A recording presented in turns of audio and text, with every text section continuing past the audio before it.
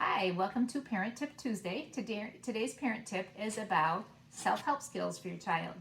It is an awesome thing to give a child a sense of an accomplishment, to let your child do something and let them have that feeling of pride that they did it on their own. As adults, I think we all still enjoy that. I know I do. When I figure something out on my own, especially say with the computer, if I don't have to ask for somebody's help or bring my husband into it, it makes me feel really good when I learn how to do something and I'm able to do it on my own for the first time. And a child has so many firsts in front of them. So they have so many opportunities of that successful, independent feeling. Some of the things that preschool age children can do start with just personal care. They can brush their teeth.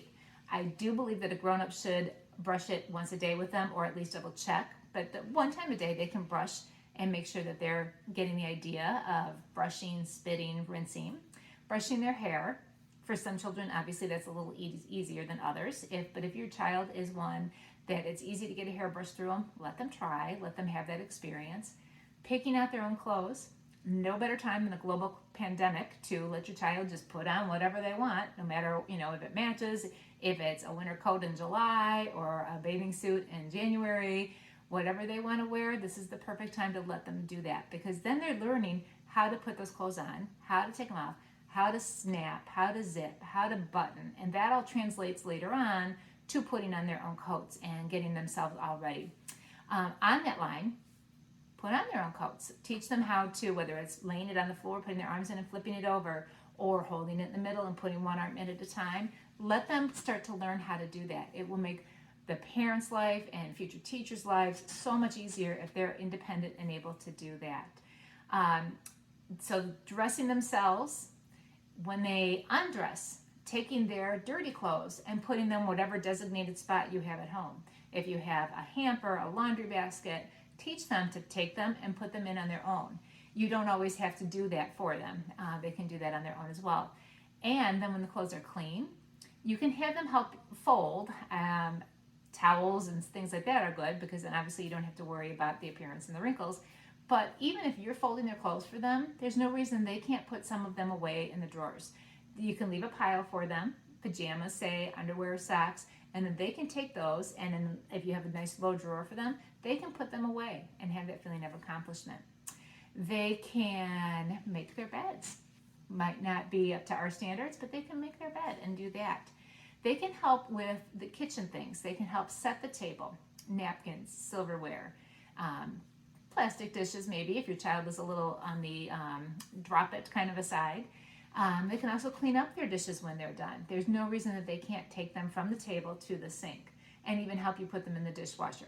You might want to rearrange it when they're done, but some of us do that no matter what. But that's another opportunity for them. Cleaning the table after you've eaten. I know at preschool the kids love to take the squirt bottle and just squirt the tables and then come back with towels to clean it up. It is one thing that the kids absolutely love, and truly we'll have 4 or 5 kids that want to do it every day and they have to take turns.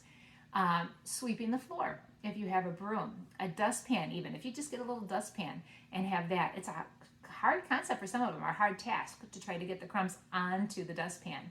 So you could do that.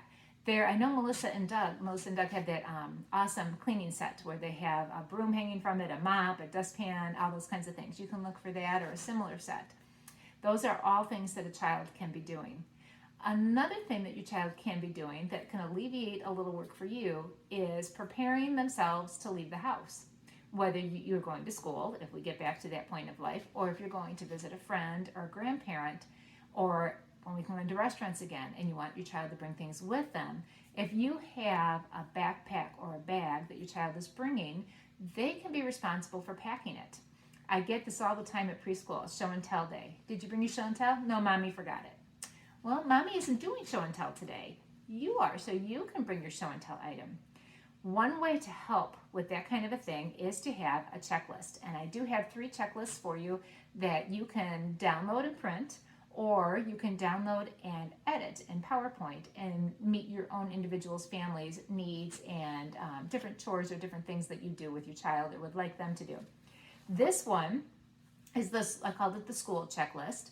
And it's, did you remember your backpack, your lunchbox, your face masks, unfortunately, your show and tell item, and your coat. And then your child, it's really great to have visuals for the kids. Your child can look and say, oh, I've got my backpack. They can just kind of do a little mental checklist by looking, even if they're not able to read yet. And at the same time, they're seeing the picture of the face mask, they're seeing the letters next to it, and they're starting to understand that these words mean this. So you could do this for going to school. Like I said, you could do it if you go out to restaurants, when and if we can again. You can have a checklist of things that you like to have your child bring to occupy them while you're waiting, or sleeping at grandma's and grandpa's house. You can make a checklist for that. I have a bedtime checklist here. Brushing teeth, putting on jammies, going potty, saying your prayers, reading a story. Again, visuals, help your child go down the list. Did I do this? Did I do this? Did I do this? And then the third one I have is a morning checklist. And this one, I've included a binder clip on to show you. You can use this for every spot on here, because if you don't have a laminator at home, many people, most of us do not have laminators at home, you don't want to write on here because then you have to print it off every time. If you do laminate it, then you can wash it up and use it again. But I've printed this off on cardstock and I've included a binder clip. All I did was simply clip it on here, and then I leave it open.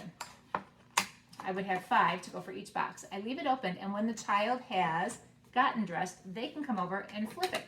And now that's covering the box. So they can see, yep, I did that. I checked that off my list. And you can have that, like I said, going down on each of the different checklists. So this one has getting dressed, eating breakfast, brushing your teeth, making your bed, brushing your hair. Again, all things that the kids can do, and you might need to modify it for your family again. Take one off if you don't want your child brushing your hair. If they have very difficult hair to brush, take that one off and add something that does work for your family. But the idea is visuals and control. Let the child, oh, yep, I did that one. Yes, I did that one. Help them to gain that strong, independent, excited feeling when they accomplish something and do something. I hope some of these suggestions help. I will see you next week for another tip.